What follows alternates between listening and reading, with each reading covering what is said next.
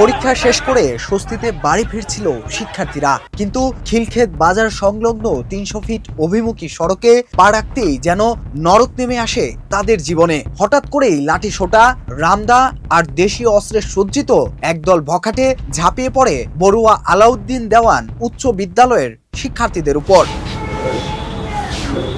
Eve teasing এর প্রতিবাদ করায় এমন বর্বরচিত হামলার শিকার হয়েছে অন্তত ২০ শিক্ষার্থী। পরীক্ষা শেষে ফেরার পথে স্থানীয় কিশোর গ্যাংয়ের সশস্ত্র সদস্যরা রামদা, লাঠিসোঁটা নিয়ে তাদের উপর ঝাঁপিয়ে পড়ে।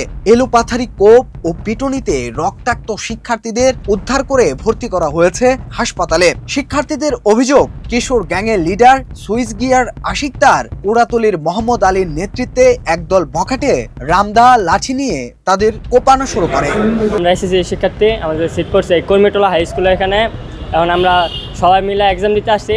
এখন এক্সামের দ্বিতীয় দিন আমাদের স্কুলের মেয়েদের কুড়িল আদর্শ বিদ্যাপীঠ এবং আদার্স আরেকটা স্কুল আছে, ওই স্কুলটা মিলে আমাদের মেয়েদের উত্ত্যক্ত করছে, নানা ধরনের বাজে মন্তব্য করছে তাদের বিষয়ে। পরীক্ষা দিচ্ছিলাম, পরীক্ষা শেষে আমরা বের হয়েছি। আশিক গ্যাং, কুড়াতুলির আশিক গ্যাং, আমরা দ্বিতীয় পরীক্ষার সময় আমাদের স্কুলের ছাত্রীদের উত্ত্যক্ত করায় আমরা বাধা দিই, প্রতিবাদ জানাই। এর ফলে এর জের ধরেই আমাদের আজকে যারা পরীক্ষা দিয়ে বের হয়েছে, আমাদের ড্রেস বড় আলাউদ্দিনের ড্রেস দেখেই যারা দেখছে তারাই কোপাইছে। হামলার পর থেকে ভুক্তভোগী শিক্ষার্থী, অভিভাবক এবং শিক্ষকদের মাঝে তীব্র ক্ষোভ বিরাজ করছে। তবে এমন বর্বরচিত ঘটনার পেছনে ইফটিজিং এর প্রতিবাদের বিষয়টি মানতে নারাজ স্থানীয় পুলিশ প্রশাসন। খিলক্ষেত থানার ওসির দাবি, ঘটনাটি দুই স্কুলের শিক্ষার্থীদের মধ্যকার পুরনো দ্বন্দ্ব। আদর্শ বিদ্যাপীঠের সাথে একটা গন্ডগোল হয়েছে স্টুডেন্টদেরই। তো অবগত ছিলাম না, ওনারা যখন মারামারি করে থানায় আসছে তখন অবগত হই। উভয় যারা মায়ের খাইছে ক্ষতিগ্রস্ত ব্যক্তিদেরকে এজাহার দিতে বলা হয়েছে। এজাহার তদন্ত সাপেক্ষে আইনগত প্রক্রিয়া ব্যবস্থা গ্রহণ করা হবে, এটি তো আর কি। আমার কাছে আহত হওয়ার তথ্য আছে ৫ জন, একজন ৬ জন। মারামারির মধ্যে তো কেউ হয়তো বা ঘুষি দিছে, কেউ লাঠিদা বাড়ি দিছে, কারো কাছে চাকু থাকলে চাকু দিচ্ছে। হ্যাঁ, এটা তো স্টুডেন্টেরই ঘটনা। এটা স্কুলে যে ৫-৭ দিন আগে স্কুলে পরীক্ষা দেওয়ার সময় এদের মধ্যে একটু তর্ক বিতর্ক হয়েছে, এটা সুযোগ আজকে নিতে আছে। না, আমার কাছে ওই তথ্যটা নাই। প্রথম তথ্যটা ছিল এটাই। আইনগত ব্যবস্থা প্রক্রিয়া দিন, এখন স্কুলের টিচারদেরকে ডাকতে হবে, এটা তো স্কুলের বিষয়। ওসি আব্দুল আলিম বলেন, ইফটিজিং এর বিষয়ে এখন পর্যন্ত সুনির্দিষ্ট অভিযোগ আসেনি। লিখিত এজাহার পেলেই দোষীদের বিরুদ্ধে দ্রুত আইনি ব্যবস্থা নেওয়া হবে।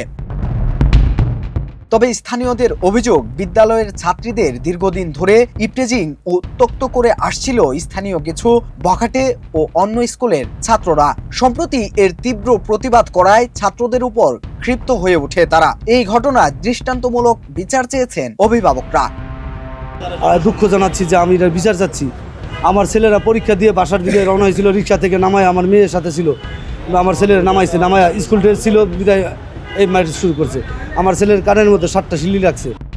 ঘটনার পর থেকেই মূল অভিযুক্ত সুইস গিয়ার আশিক ও মোহাম্মদ আলী সহ কিশোর গ্যাংয়ের সদস্যরা পলাতক রয়েছে। অনাকাঙ্ক্ষিত পরিস্থিতি এড়াতে বর্তমানে বড়ুয়া এলাকায় অতিরিক্ত পুলিশ মোতায়েন করা হয়েছে। আতঙ্কের অবসান ঘটিয়ে দ্রুত অপরাধীদের আইনের আওতায় আনার দাবি স্থানীয়দের।